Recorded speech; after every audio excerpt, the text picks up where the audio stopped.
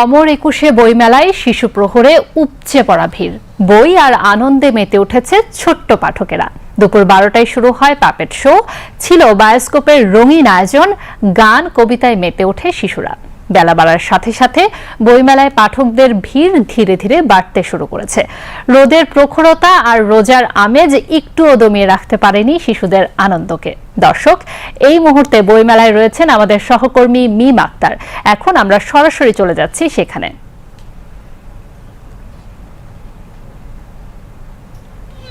তানজিন, আপনাকে ধন্যবাদ। আমি এই মুহূর্তে ঠিক দাঁড়িয়ে আছি অমর একুশে বইমেলার 48তম বইমেলা চলছে। প্রথম প্রহর শেষে শিশুদের অনুষ্ঠান, প্রথম প্রহর শেষে দ্বিতীয় প্রহর চলছে। এখন শিশুদেরকে এখন গল্প বলে শোনানো হচ্ছে, পাপেট শো চলছে। আমি সরাসরি এখন পাপেট শোর দিকে চলে যাচ্ছি। বাচ্চারা কিভাবে গল্প শুনছে মনোযোগ দিয়ে, আমরা কিছু ছোট্ট সোনামণিদের সাথে এখন কথা বলবো। বন্ধুরা, তোমরা একটু আমার সাথে ডাকো তো। আপু, তোমার সাথে একটু কথা আর বোনটা কিভাবে ডাকে? কেমন লাগছে তোমার, একটু বলো। এদিকে এদিকে এদিকে একটু বলো, তোমার কেমন লাগছে? ভালো ভালো লাগছে? আচ্ছা, তোমার গল্প শুনতে অনেক ভালো লাগছে। কি গল্প বলছে বলো তো।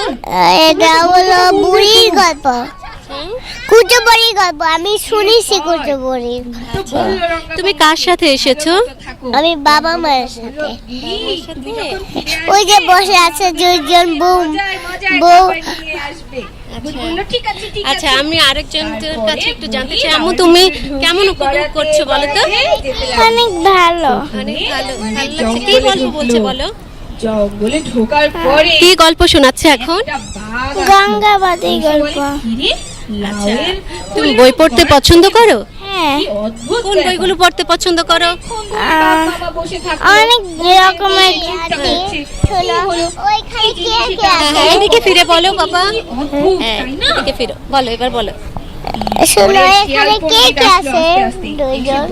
আচ্ছা, আমরা এখন একটু শিশুদের বাবা মায়েদের সাথে একটু কথা বলতে চাই। তারা কেমন উপভোগ করছে, বাচ্চাদের সাথে সাথে বাবা মায়েরা উপভোগ করছেন। আমি যদি ভাই আপনার কাছে একটু জানতে চাই, আপনি বাচ্চাকে নিয়ে আসছেন, কেমন উপভোগ করছেন, কেমন চলছে পাপেট শো?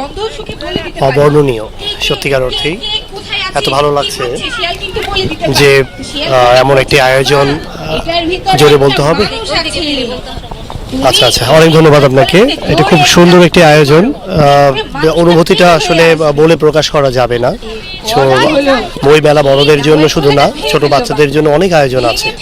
বইয়ের পাশাপাশি যে এত সুন্দর কাকতাড়ুয়া পাপেট শো যে আয়োজন করা হয়েছে, এটা খুবই মনোমুগ্ধকর। আমার সন্তান 4 বছর বয়স প্লাস হয়েছে, কিছুক্ষণ আগে কথা বলুন, সে খুবই উপভোগ করেছে। আমরা প্রথম থেকে দেখতে পারিনি বিধায় কয়েকবার চেষ্টার পরে এখন এসেছি, সম্পূর্ণটা এনজয় করব। অনেক ধন্যবাদ আপনাদেরকে।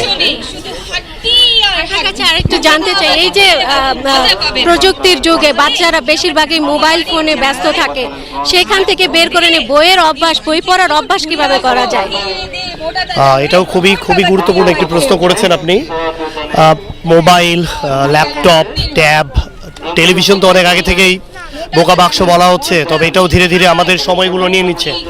ছোটদের শৈশব তো অনেকভাবেই কেড়ে নেওয়ার মতো এটা যথেষ্ট।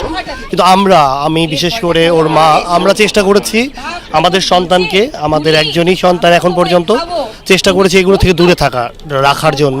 যে কারণে আমরা করি কি, তাকে যখন সে বলে যে আমরা যা যা করছি তার পাশাপাশি সে যখন মোবাইলটা দেখতে চায়, আমরা তখন তাকে বই গল্প শোনাই। খাবারের সময় চেষ্টা করি গল্প করার জন্য, কবিতা আবৃত্তি করে শোনার জন্য। ঘুমানোর সময় অবশ্যই একটা করে গল্পের একটা অংশ করে পড়ে তাকে শোনাই, তারপরে তাকে ঘুম পাড়াই। সো এইভাবে করে চেষ্টা করছি আমরা কিভাবে তাদেরকে। ধন্যবাদ মিম, আমাদের সাথে যুক্ত হওয়ার জন্য এবং অমর একুশে বইমেলা থেকে শিশু প্রহরের আমেজ এবং শিশু ও অভিভাবকদের অনুভূতি সম্পর্কে জানানোর জন্য।